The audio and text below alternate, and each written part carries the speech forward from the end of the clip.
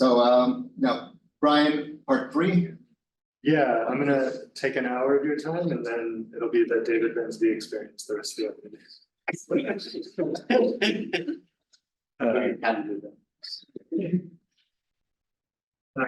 yeah, so I talked last time about factorization algebras and started going towards the topological case, which have entered, very much in David's talks and also in Mignon's talks. So I wanted to talk a bit about global structures there, because those have started to pop up.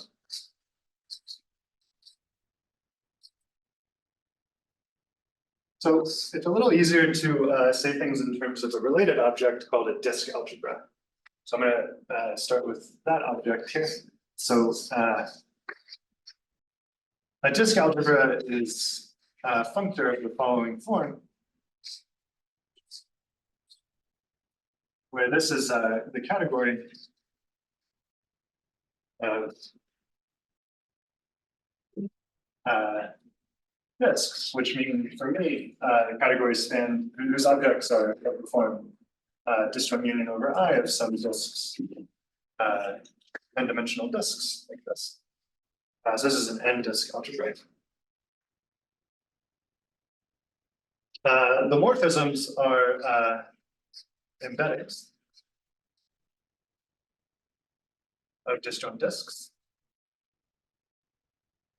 And importantly, there's a tensor product. There's a monoidal structure, symmetric monoidal structure on this category, which is just disjoint union, which automatically stays, which is a nice operation. It's a symmetric monoidal structure. And a disk algebra, by definition, is a functor of this type, which is monoidal. So it preserves the monoidal structure I just said, and also we've always fixed the monoidal structure on our sort of target categories everywhere. So in all the examples for me, the target category is either vector spaces or chain complexes. More elaborate things can certainly appear. Categories. Great. So this is very closely related to what I talked about the other day. So I talked about EN algebras. I didn't give it a precise definition, but these are algebras over this operad called the EN operad, which have a very similar definition here, but importantly in the definition of EN algebras, we look at embeddings which are rectilinear, they're framed. So this is quite a bit more general than that. EN algebras, in fact, are disk algebras. Let me say it like this. EN algebras with a trivial SON action. So here SON is acting by changes of frame in the definition of this operad here. So it acts on all the algebras around. So EN algebras, or an EN algebra with a trivial SON action, really, I mean, topically trivial, to say things properly. These are exactly equivalent to disk.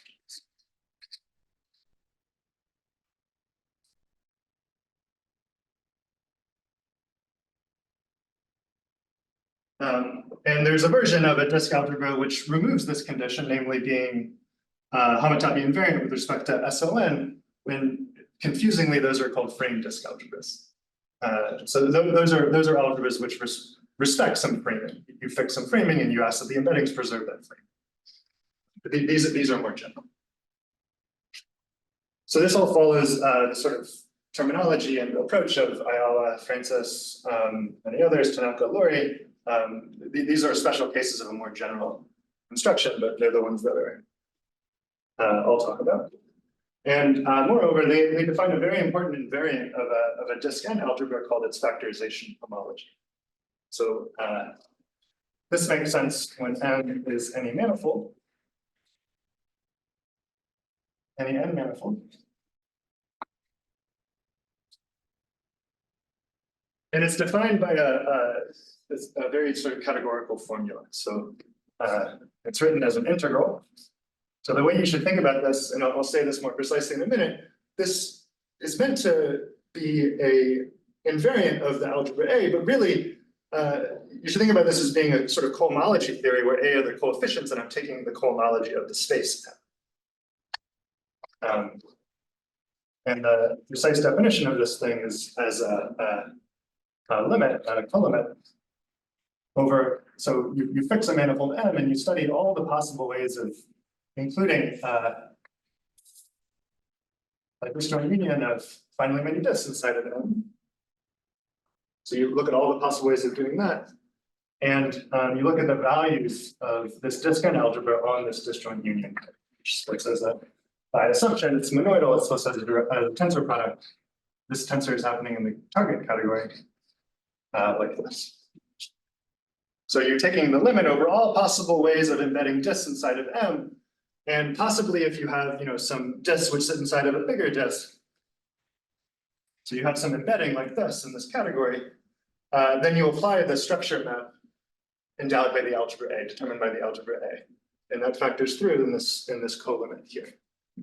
So that's how this colimit looks. It's a very beautiful formula, sort of capturing exactly what I said, all the possible ways that disks sit inside of your manifold and taking this limit. They prove a very beautiful theorem. This is due to Al and Francis.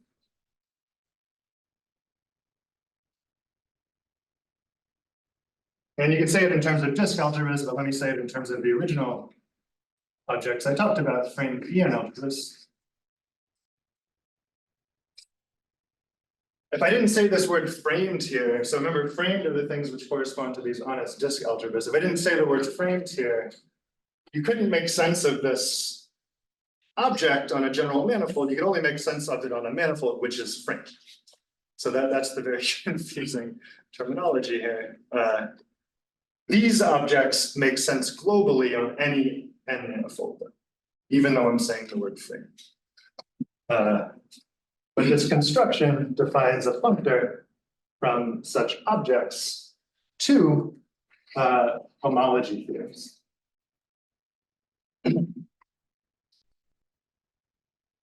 On M. Or let me just say it sort of globally for all n manifolds. And I'm not going to define what a homology theory is. The important axiom here is that homology theory is a functor out of n manifolds which satisfies excision. So I have Long's equivalences for decomposing my manifold into smaller manifolds. Your manifolds are always oriented. Yeah, sorry, these are oriented in things.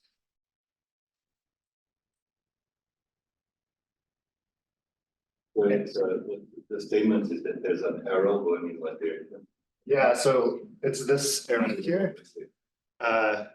And the theorem of Ayala and Francis is that this is an equivalence. So you cook up a very natural, it's a very natural definition of homology theory. You cook that up and you find that it's equivalent to this theory of EN algebras via factorization homology. Right. So that the EN algebras and there was this equivalence between factorization algebras and EN. Yeah, so I didn't say that. Let me say that. That's a really good point. Let me just remind you, the thing that I mentioned last time was that factorization algebras. So let me say it like this: locally constant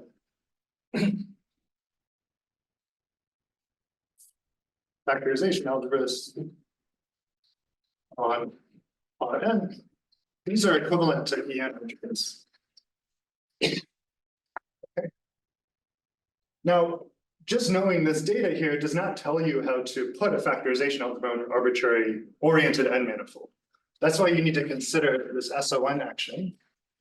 And if you can cook up an SON action that's homotopically trivial, this allows you to glue the factorization algebra over an arbitrary n manifold. Or else I could have done this arbitrarily on a framed manifold without any sort of extra data. If my manifold was framed, I could do this in general, but to put it on an arbitrary manifold, I need to consider this SON action. That's what your frame EN algebras. Yes, that's what frame means, exactly. So, yeah, factorization algebras with a nice action like this correspond to framed EN algebras. Equivalently, disk n algebras here. Disk n algebras don't make reference to any sort of fixed Euclidean space. There's no framing around at all. It's a general object sort of in the category of oriented.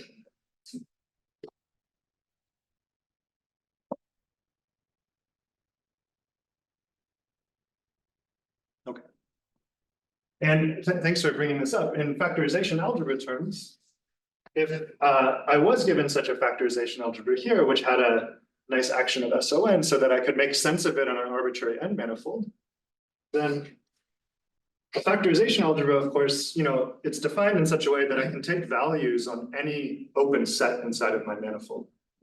So I could look in particular at the global sections of a factorization algebra. Factorization algebras are a lot like Cauchys.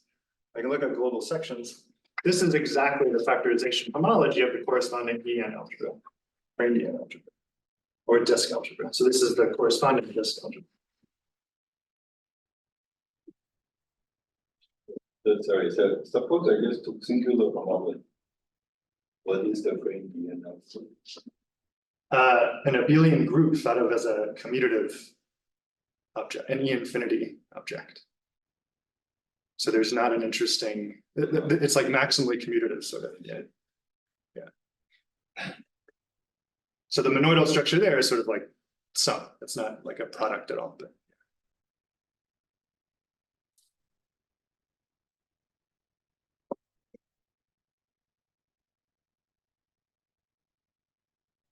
so here's a nice example of this construction.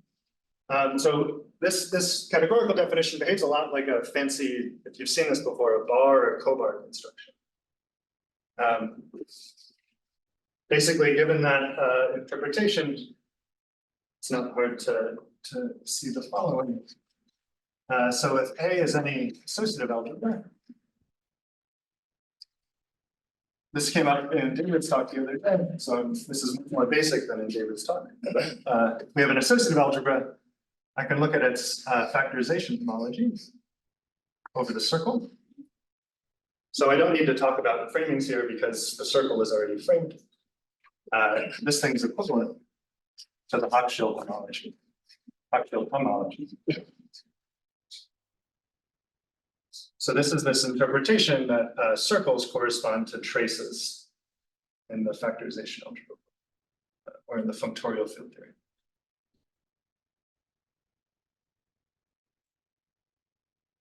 The associative algebra is an E1 algebra. Yeah, so this is exactly, it's an E1 algebra, which I don't need to talk about framing because I only care about its value in this example on the circle. As a more elaborate example, if I have an EN plus 1 algebra,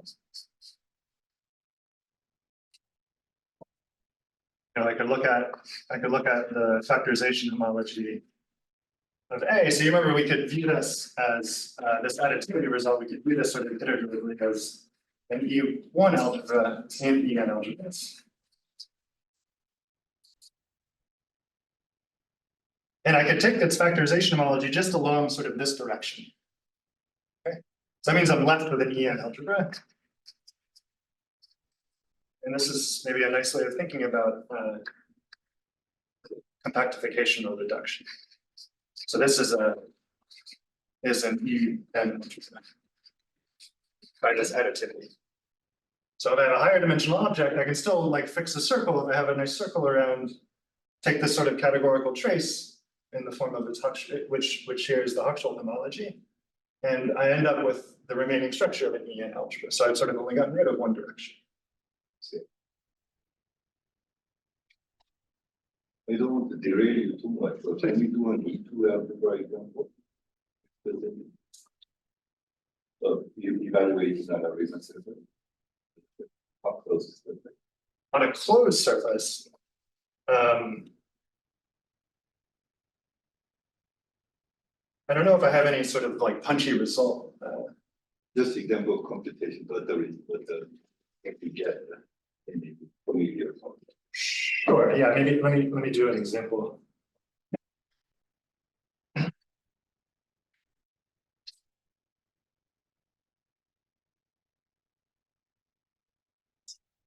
A little larger. Larger, yeah. Yeah, no worries. I stepped back after my talk last time and I was like, oh my God, that text is way too big. It looks like a child wrote it. So I'm writing small now, but I overcorrected.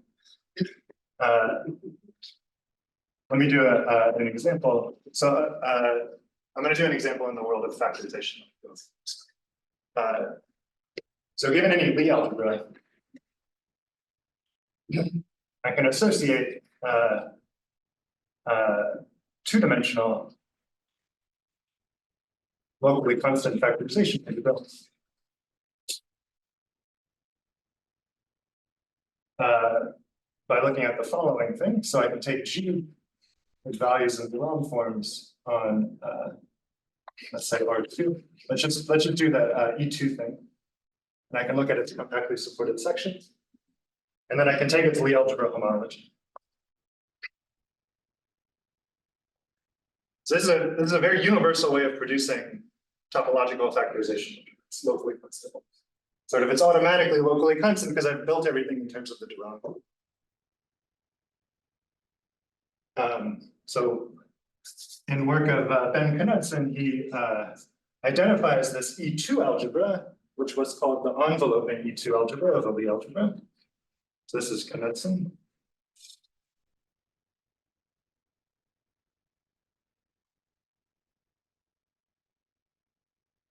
And this satisfied the universal property that I want to get into, which is sort of reminiscent of the universal property of an ordinary enveloping Lie algebra. So this is just locally, that was just happening on R2. But then you could look at, say, for example, its factorization homology then over an arbitrary surface. I don't know if this has any meaning, but if you just ask for an example, it's literally just the Lie algebra homology of G with values on the de Rham homology. So if this is a compact surface, you have this nice description. So in this case, how should I think about this framing, this SON? Yeah, that's great. So the SON is acting on the de Rham forms in the obvious way. The key point is it's acting via vector fields, at least infinitesimally. And of course, all vector fields are acting trivially by Cartan's formula. So this thing is automatically framed in that sense. So I can put it on any manifold. So it's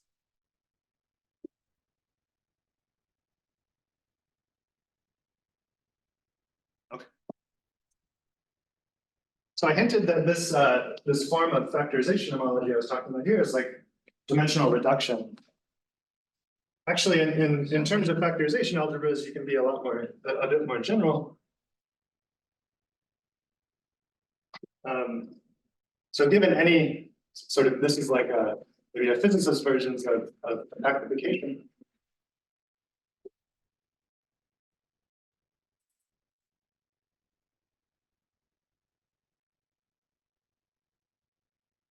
I don't need to, I can actually start with any map here. This really refers to something like compactification. The fibers of this should be a proper map. But you don't need that for what I'm going to say. But if you start with the factorization algebra on X,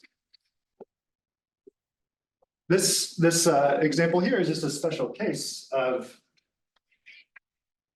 the push forward of this factorization algebra thought of as a factorization algebra now on phi. The sort of key point here is that factorization algebras like sheaves or cosheaves push forward. And it's really nothing fancy here. The value of this on an open set inside of Y is just the value of the pre-image of the original factorization. So this was a special case. In the case I was looking at the vibration, which is R and N across S1 down to R.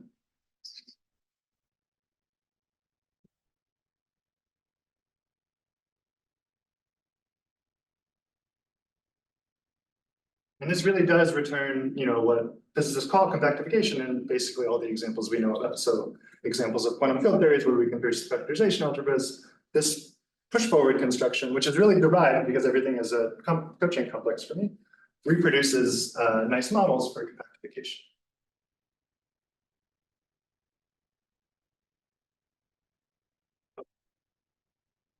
So I want to move on to another topic that was starting to play a big role in David's talks, which are boundary conditions. And Mignon also started to talk about these in his as well.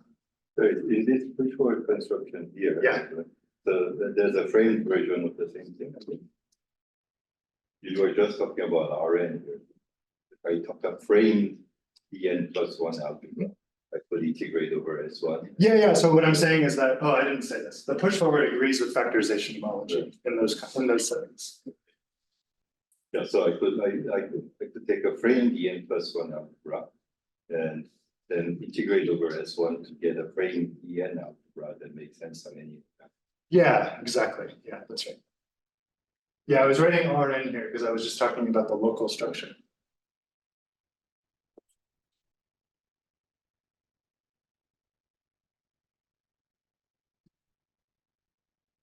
Okay, so I want to talk about boundary conditions now.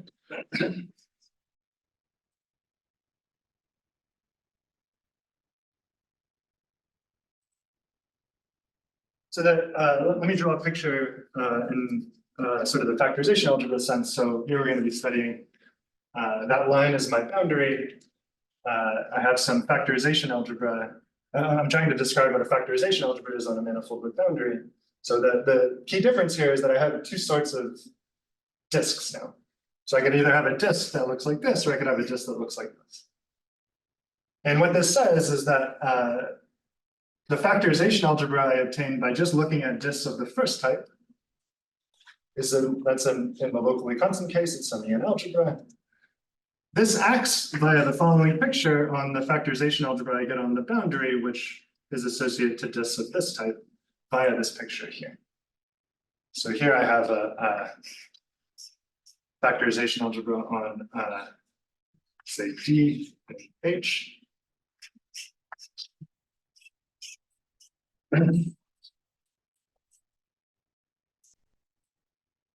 Maybe it's big, being this whole big thing.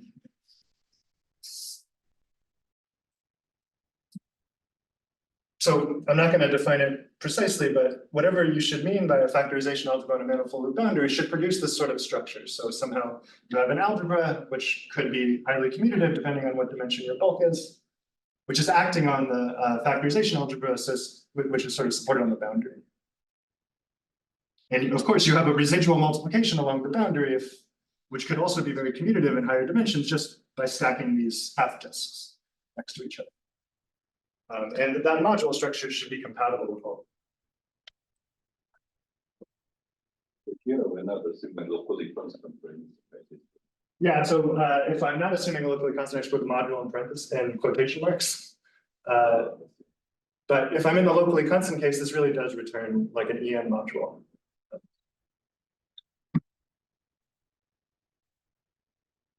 Okay.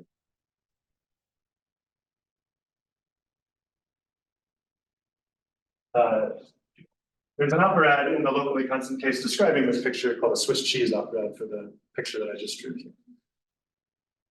But that's only in the locally constant.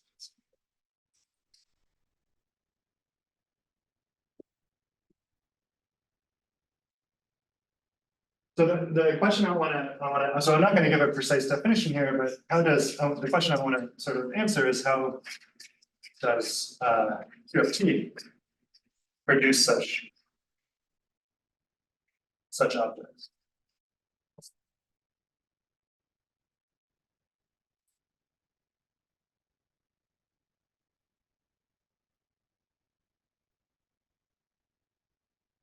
And the sort of key point here is that if I know, say, how to define my quantum field theory in the book, this amounts to prescribing a boundary condition for the fields on the boundary.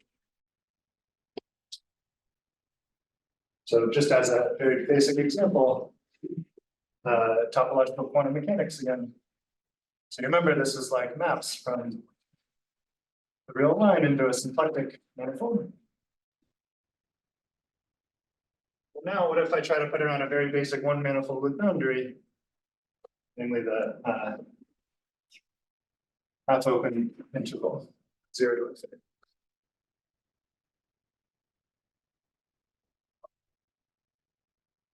So the phase space in this example,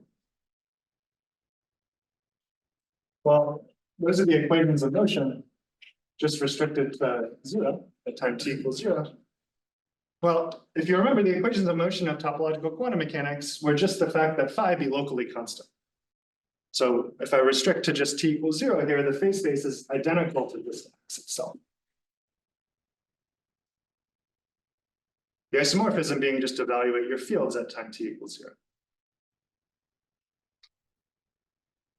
Good. So what does that statement actually locally constant?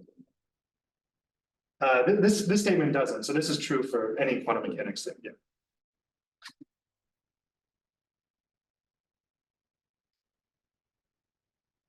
Yeah, that's independent of being topological. This is independent of any Hamiltonian being real. This is just always the phase space. I didn't have to say topological. This is just quantum mechanics. Then a boundary condition then corresponds to choosing a Lagrangian side of this phase space.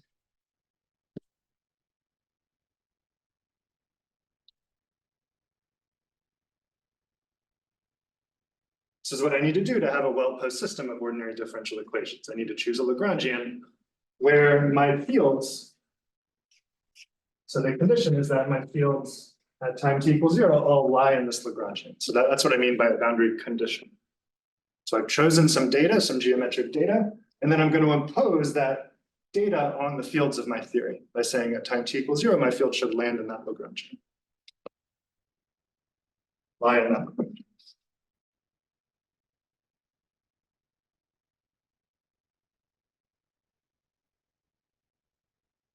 Then the sort of, now, if you think about what the observables are on the boundary, so those are just now functions on the Lagrangian. This thing is a module by this general picture for the deformation quantizations then of X. And this is some like Fock, this is like a Fock module. Deformation quantization acting on the functions on the Lagrangian.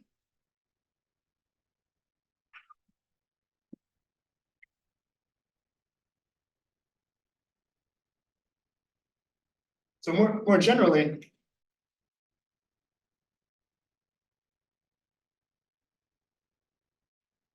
and I have to say, I only strictly know how to prove this in factorization algebra world in a sort of special example that I think it should be true in general, that if you have a manifold which is of the form m plus 0 infinity, like we were just looking at, then the equations of motion at time t equals 0 is always 0 symplectic. And I'm just writing 0 to be annoying. It's just a symplectic space. I'm writing 0 here because the objects I was talking about before in my approach to classical field theory were always -1 shifted symplectic. But that was about this fields in the bulk manifold. So when I'm using all of spacetime. The sort of rough idea here is that this extra topological direction that I'm killing off eliminates that -1 shifted symplectic structure and trades it for a 0 shifted symplectic structure. And this is sort of easiest to visualize in the case that you have a theory. So these are the sort of ones that I think most about. But if you have a theory which is sort of topological normal to the boundary,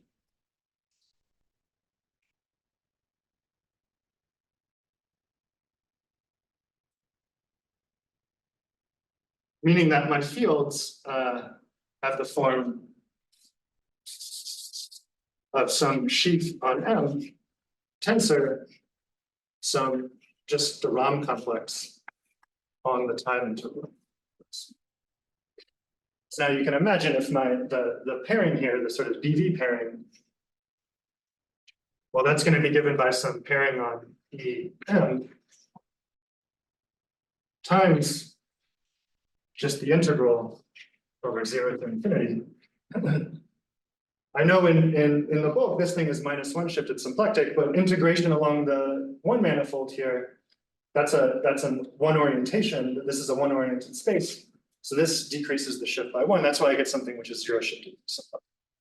In this very special case, where I can get away with literally just looking at the restriction of my fields. In general, like I said, I haven't thought about this carefully in the setup here, but what you should really do is take a sort of limit of open sets which contain the boundary, like a tubular neighborhood. Take that tubular neighborhood to go to 0 size. that limit should really be what I mean here by restriction. And in that case, you should always have a zero shifted symplectic restriction.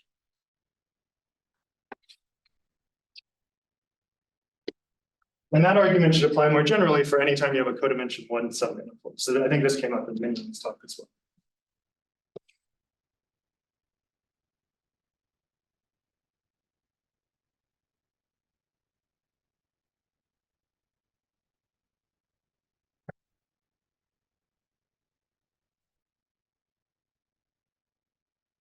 And the definition now, or the way you should think about boundary conditions now, is exactly the data of choosing a Lagrangian inside of this space still.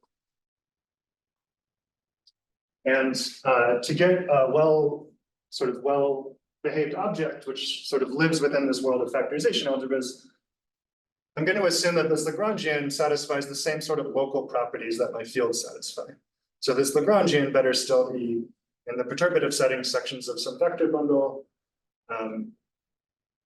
It should have that same locality that the original fields of my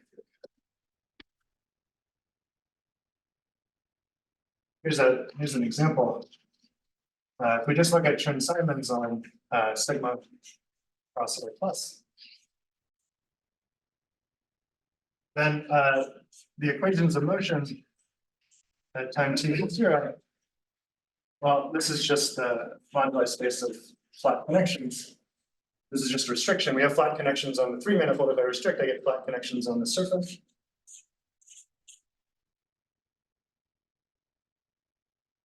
This thing is symplectic by the usual sort of a T-Abat symplectic form. So where we just take 2 connections and wedge them together and integrate over sigma.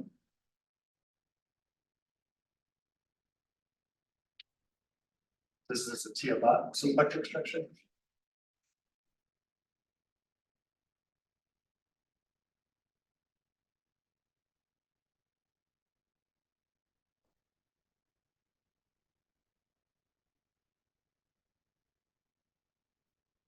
I have to say, I don't know of many interesting boundary conditions here which are topological along the surface. But I do know of ones which are holomorphic along the surface. And those are the ones which are most typically studied here.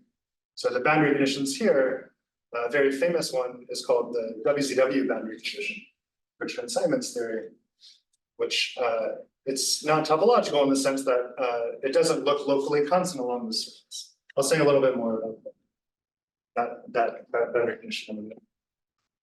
Just wanted to give you an example of a phase space of dimension.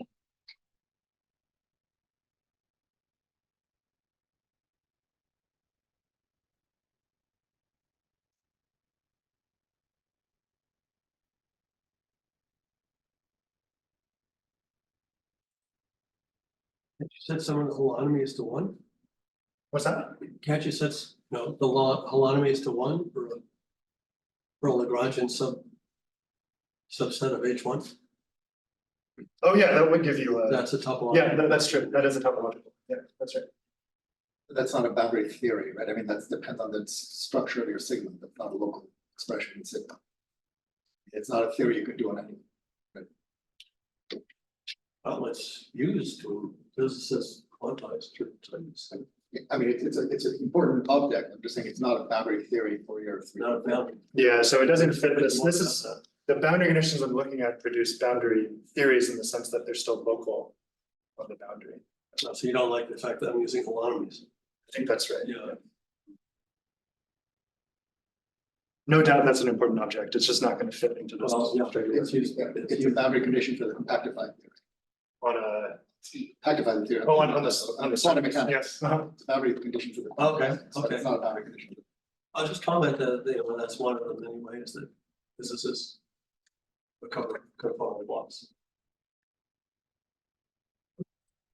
I totally, yeah, I totally agree with that. Like David's saying, I guess it's best to think about that as a boundary condition for a one-dimensional theory.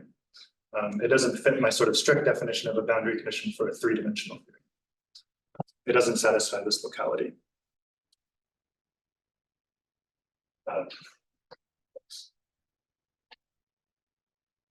Maybe I'll just say a hint. So the sort of idea is to write flat G on sigma as a cotangent bundle of 1G sigma.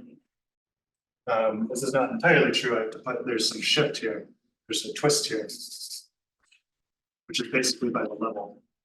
But in any case, writing it like this way, I can find at least two nice Lagrangians inside of there, or at least one actually, just the base here.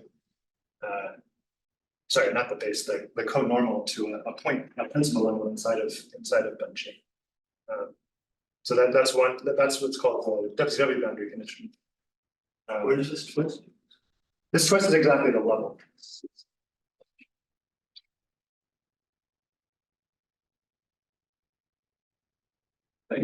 The normal to the trivial bundle, Any principal bundle. they all get this. They all give Lagrangians. They don't get all the same boundary condition. I'm just saying those are But you said it is the WZW. like it's perturbative WW near that bundle, is what I would say.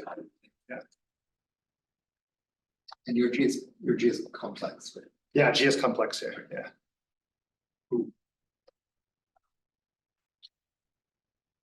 G is complex. Why is G complex? So you're not getting the compact group. I think to make sense of this statement here, I needed a complex group, not to make any of not to talk about the face space, of course, but to talk about the boundary. I'm trying to hint at this boundary condition. I know how to say it in the terms of complex group G.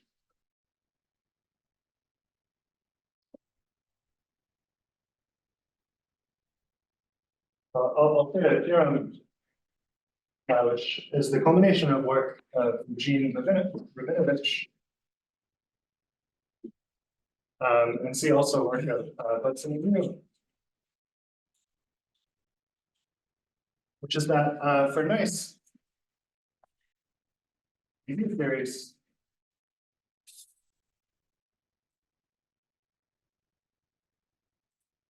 on manifolds with boundary,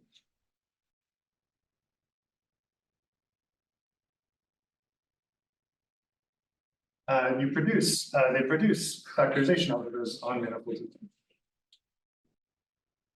In the same style as in what I was highlighting in the first two lectures of this main result of Costello and Williams. So they work mainly in the case of manifolds without boundary. They produce factorization algebras from any quantum field theory. This is the sort of enrichment of that statement for manifolds with boundary. And by nice, I mean in particular theories which satisfy this property here, which are topological. So these are theories which are they're not topological, but they at least have one topological direction. It's the sort of key technical point. There's nothing stopping one to try to prove this in general, but this is where things stand. Just to go back to this example here. As I said here, that Chern-Simons theory for a complex group has a boundary condition called the chiral WW boundary condition. And I can study that sort of locally first, just on C cross R. So this is a copy of C. I'm looking at the three manifold with boundary, which is C cross R plus, so upper half space. So locally on C, the chiral WW boundary condition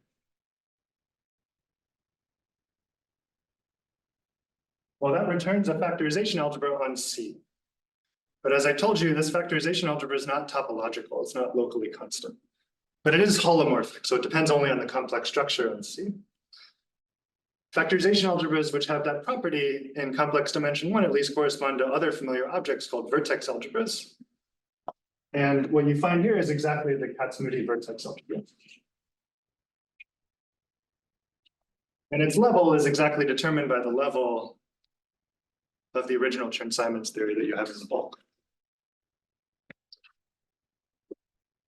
Now, something I haven't said too much about, but is sort of nice from this picture. Studying this Kac-Moody vertex algebra is very interesting. What's even more interesting somehow, or more sort of studied, is studying modules for this vertex algebra. And in the factorization algebra world, that corresponds to putting point defects inside of this complex plane.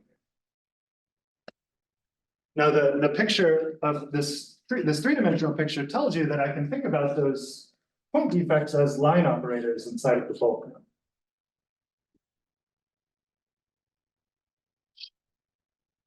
And what the sort of picture I'm hinting at here, not giving any details, so modules, so nice modules over this Kac-Moody vertex algebra correspond to modules for the corresponding affine algebra at some level,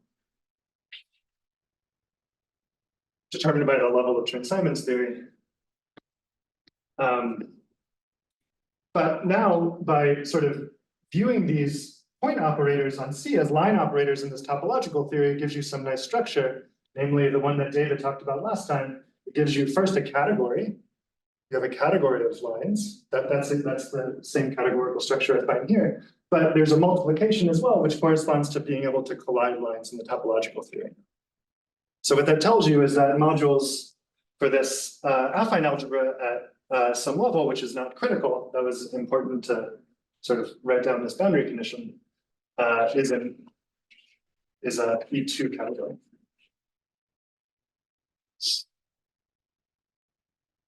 Which is a big part of this Kashdan-Lustig correspondence. But sort of the toy picture as to why this is an E2 structure, I think is best to think about in terms of this bulk boundary picture here.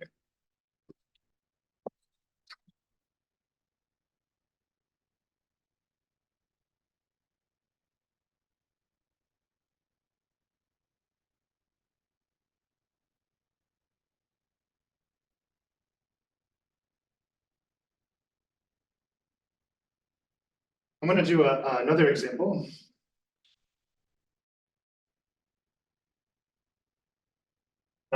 So I'm going to take topological VF theory on just a surface, a real surface. So this thing, when I say VF theory, it's a sort of gauge theory, so it has fields, like a gauge field. Let me just work perturbatively, just to write things down quickly. And then there's also, so what I mean here, this is a cohomological shift down by 1. You just think about in degree 0, I actually find connections, and I find one form's valued in G. Those are these deformations of connections. So Here I'm confused about the shift by 1. Doesn't that mean that it's anti-commute? So I'm actually not thinking about an algebra structure on here at all. It's just a cochain complex. You should think about that shift when you actually construct observables, of course, because we'll look at functions on this vector space here. And what it tells you indeed, so locally by Poincare lemma, the only thing that survives here on a disk is the ghost, right? By Poincare lemma. That is an odd thing. It sits in degree -1 here. So in observables, it will anti-commute. So this A contains the ghost. Exactly. I'm being very, yeah. I can write it underlined there. There's also another field called the B field. Here it's just in degree 0, just a function with values in G dual. And the action is the one that Mignon wrote down, that's BF.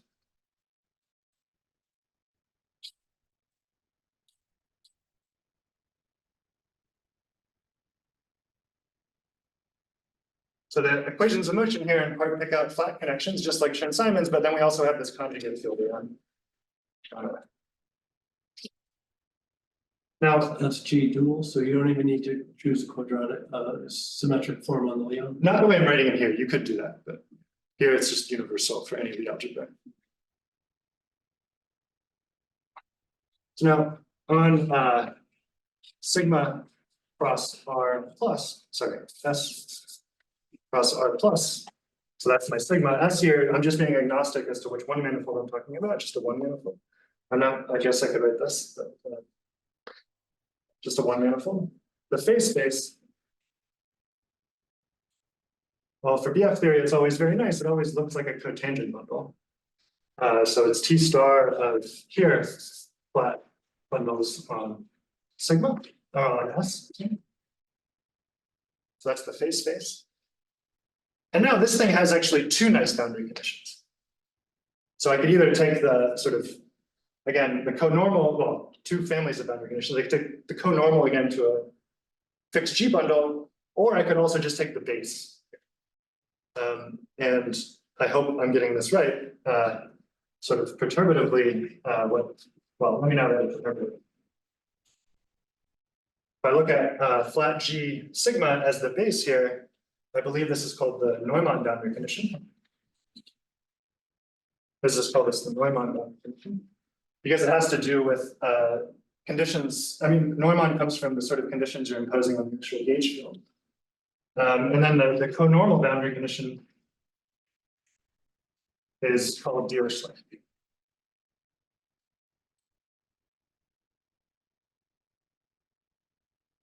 That was in Chern-Simons, I only had one family of boundary conditions because of this level, but in BF theory, I have these two classes.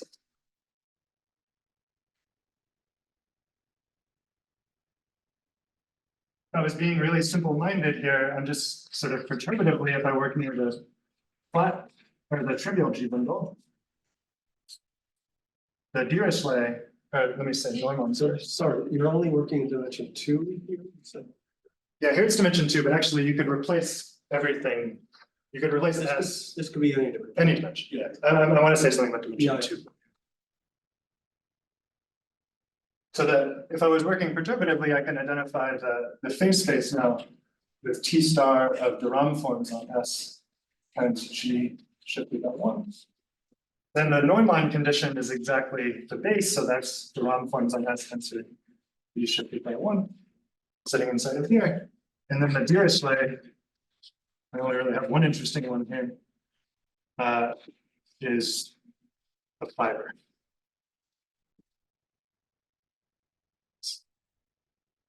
So those are two nice Lagrangians inside of this. Now it's a symplectic vector space. I'm really talking about a vector space. There's a condition that things behave nicely with respect to the gauge symmetries which are around. So this is not just a vector space. It's really, I should really think of it as like a formal stack. But both of these boundary conditions preserve that structure.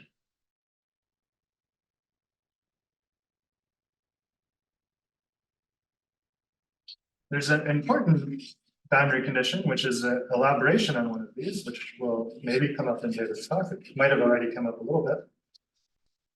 More generally, we can start with a Hamiltonian G space. Did you not want me to say this? No, Okay. very happy. Yeah. We call it X. And you think about this Hamiltonian G space, so I know how to draw one picture today.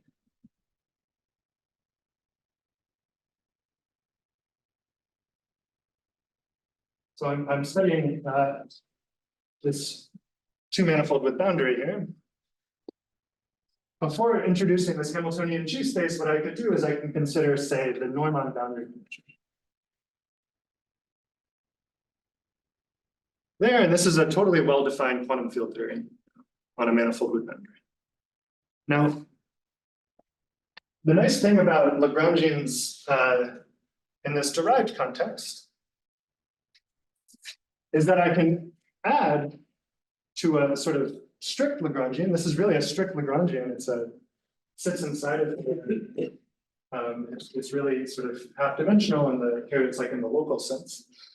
But what I can do is I can always add something which is symplectic.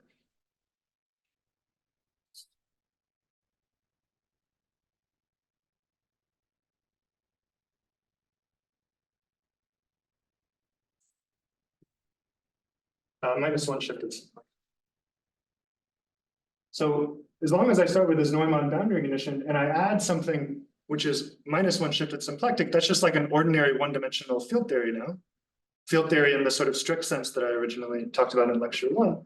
This still prescribes a Lagrangian. The point is that you should really weaken the sense in which I'm saying Lagrangian, you might have thought I meant strict Lagrangian. It's really in a weak sense here. So that is the restriction of the symplectic form along the Lagrangian is just trivializable rather than strictly zero. And that will work out whenever you choose one of these objects to be shifted symplectic. And the object which I'm going to choose is exactly topological quantum mechanics with target.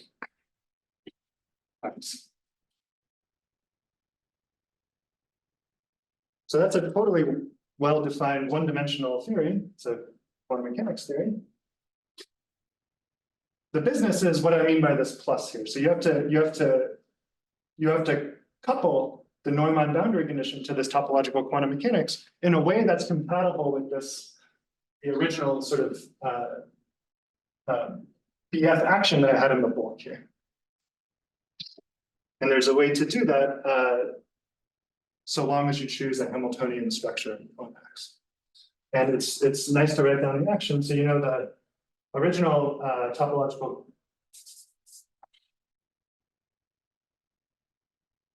quantum mechanics action looks something like omega phi b phi. Okay, this is just over the one manifold. So that was what was giving this shifted symplectic structure, this action functional here. And then I can couple it to this Neumann boundary condition. So remember, Neumann, that's just like a gauge field, right? That's all I really have here in the Neumann. It's like a one-dimensional gauge field. And you just sort of in the physics terminology, you minimally couple this gauge field to the field phi. And that's through the moment. So you look at mu. So here A was the field which was left over in the Neumann boundary condition. So in the Dirichlet boundary condition, the only field which is left over is B.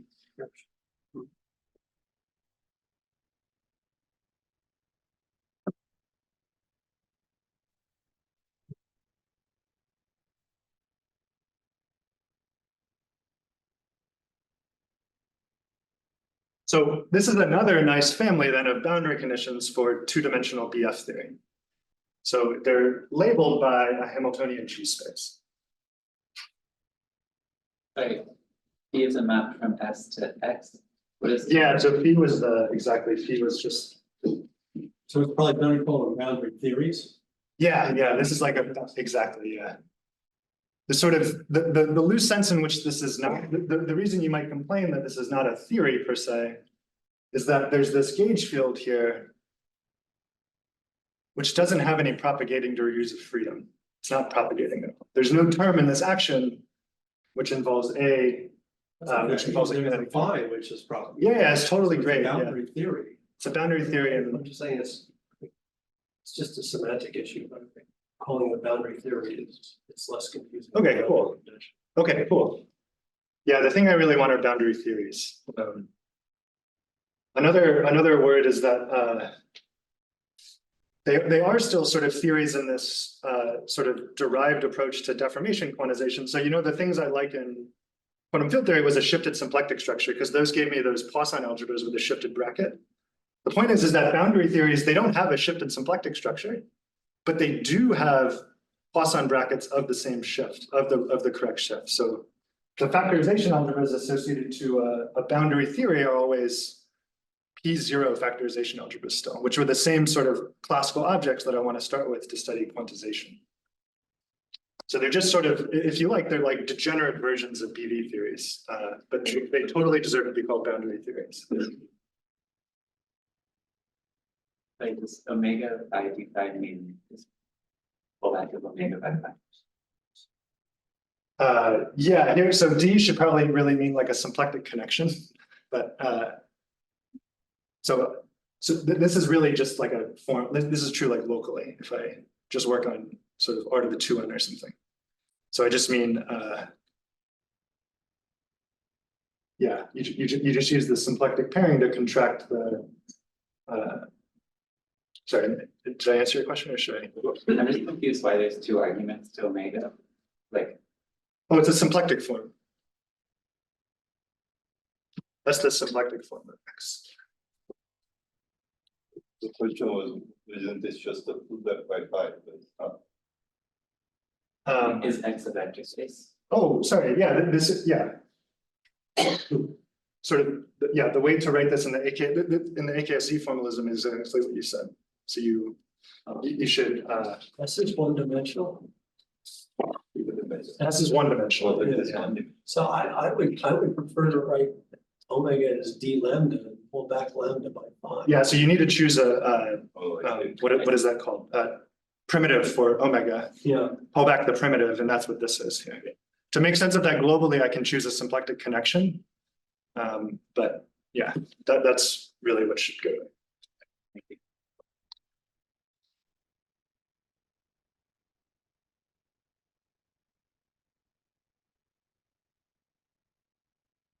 Okay, so I'm going to end with an elaboration of this picture. So to a Hamiltonian G space, there's an important construction called Hamiltonian reduction.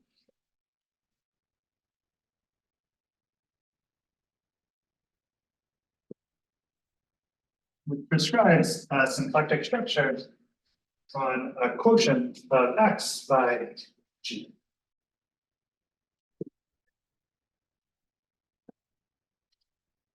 And this, of course, uses the moment map in an essential way. There's an elaboration of this picture which provides the quantum version of Hamiltonian reduction that maybe will come up in David's talks, and it's just a good time for me to say it now, and I can end the lecture. The nice thing is it almost fits into this picture, except I need to add another boundary. So I'm looking at now S cross, say, 0.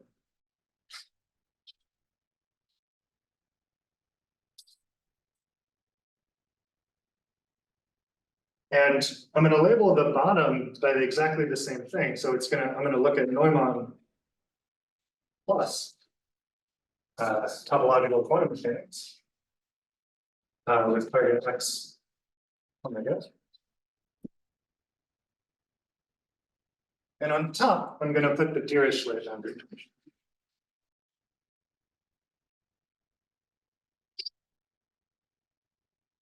So in the bulk, of course, I just have BF there.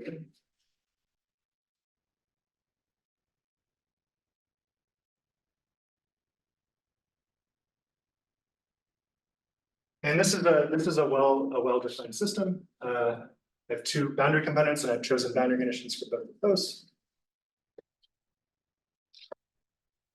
If I let I be the operation which projects out this interval. So this is now this is a map by which I can contemplate now the compactification along, if you want to say it in the terms that I said it before. I can look at the compactification of the factorization algebra that I get on this full object here. So I get a factorization algebra on this big manifold boundary, and I can look at its push forward. So this is a factorization algebra on S. And let me just take it S to the R for the moment. And everything's topological in sight. This thing's still a topological factorization algebra. It corresponds to an algebra. And the claim is that it's exactly quantum Hamiltonian reduction.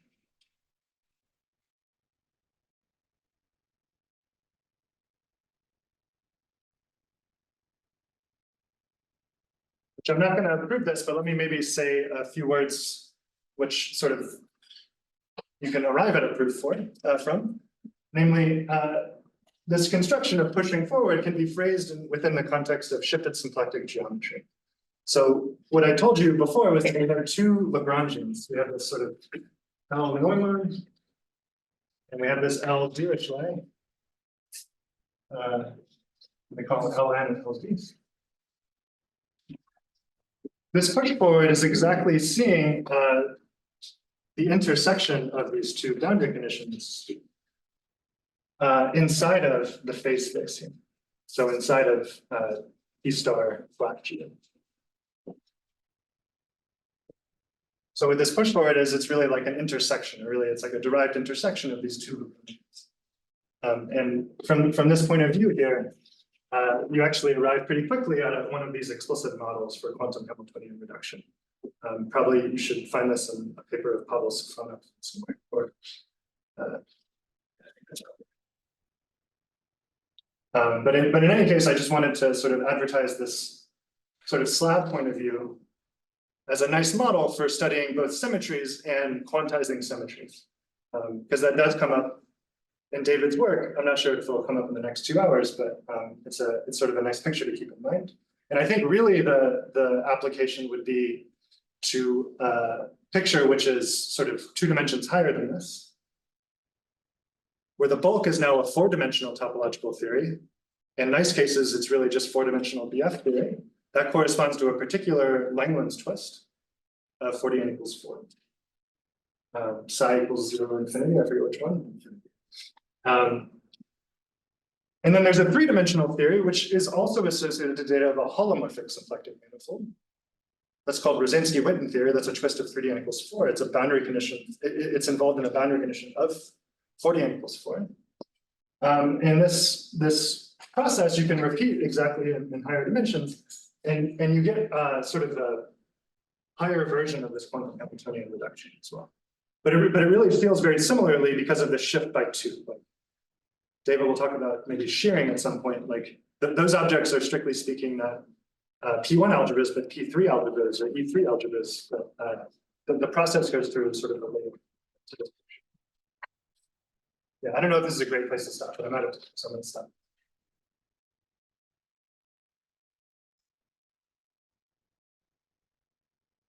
Questions for Brian?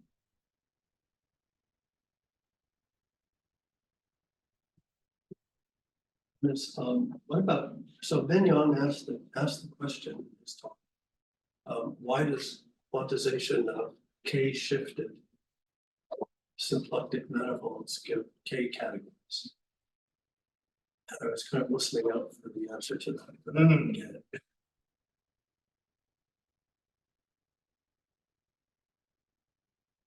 I don't know if I have a great answer.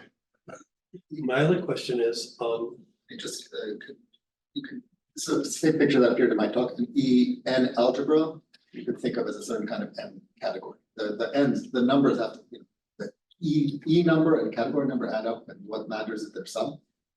An associative algebra is an example of a category. Like it's category modules, for example. So E1 algebra is the same as the category, and E2 algebra is the same as a certain kind of 2 category and so on. So Brian explained where we got EN algebras. But you're saying the EN structure somehow comes out of the symplectic shift to symplectic structure? Where did you explain that? Well, sorry, maybe I want to do that.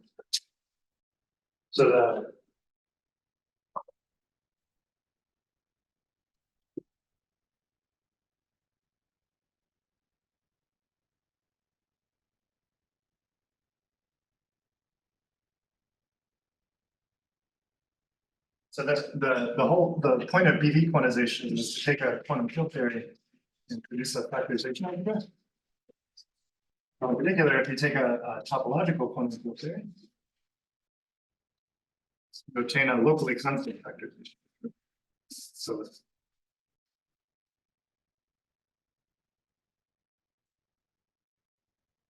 that's where I'm saying EN algebras. But maybe you were asking something more.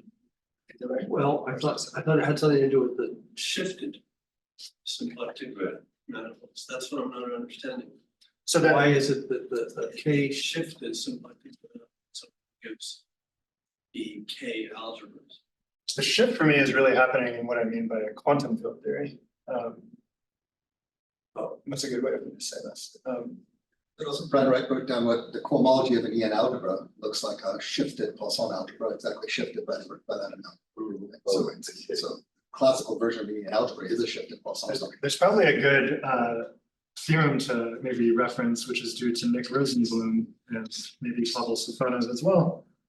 So even working classically for a moment, so classical field theory, for me, is equal to the theory of P0 factorization.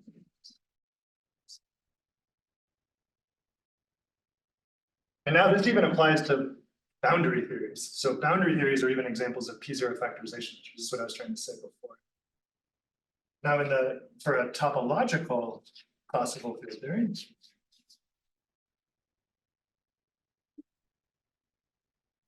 you get a P0 algebra in EN. Just applying this theorem that locally constant factorization algebra is the same as EN algebra. And there's an additivity result due to the names that I said, Rosenblum and Safronov. P0 in EN becomes PN.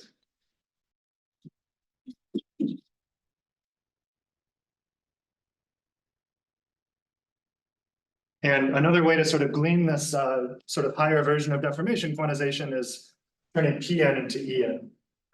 That's really what this like BV machine is doing, in my opinion. But I never actually access it directly in that way. I access it first by studying the -1 shifted symplectic problem, quantizing that, then producing the factorization algebra. And another question, so. Yeah. I was wondering if anyone has tried to apply this kind of formalism to the problem of the self-moving field. So it's a kind of general, very interesting problem that comes up a lot in supersymmetric theories and string theories. So I'll tell you what the equations of motion are. So if you have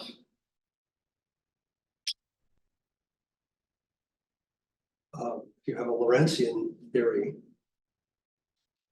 and two mod 4 dimensions, Lorentzian signature. So space-time is like 4n plus 2. So then we look at field strength, which is half the dimension, whose degree is half the dimension of space-time. So in 2 dimensions, we're looking at a 1 form. In 6 dimensions, we're looking at a 3 form. So, and now we can ask that this form be both self-dual. That's why I chose Lorentzian, because the Hodge dual squares to 1. So we can ask that this middle dimensional form be self-dual and closed.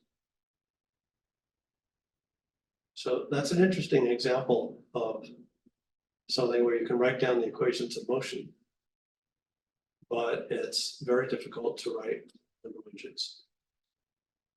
So those theories and lots of generalizations of that idea are pretty fundamental to a lot of aspects of string theory. Some supergravity, string, and supersymmetric field theories. Question: has anybody tried to think about the quantization of those theories? Yeah, this is work with. I've done this. Yeah, this is my work with. This is my work. Part of it is in a paper with Owen Gwilliam and Eugene Madinovich, and I have other work with Ingmar Saberi, where we more sort of seriously study quantization in the context of the very famous 62,0 example. Abelian. Abelian. Where you still have this dual field, like your self-dual field. Absolutely. So we put that within the BB formalism, we study its quantization, Okay. and we recover a lot of nice things. I can tell you more about it if you like. Yeah. Thank you. Thanks for the question. Let's thank Brian for a beautiful series.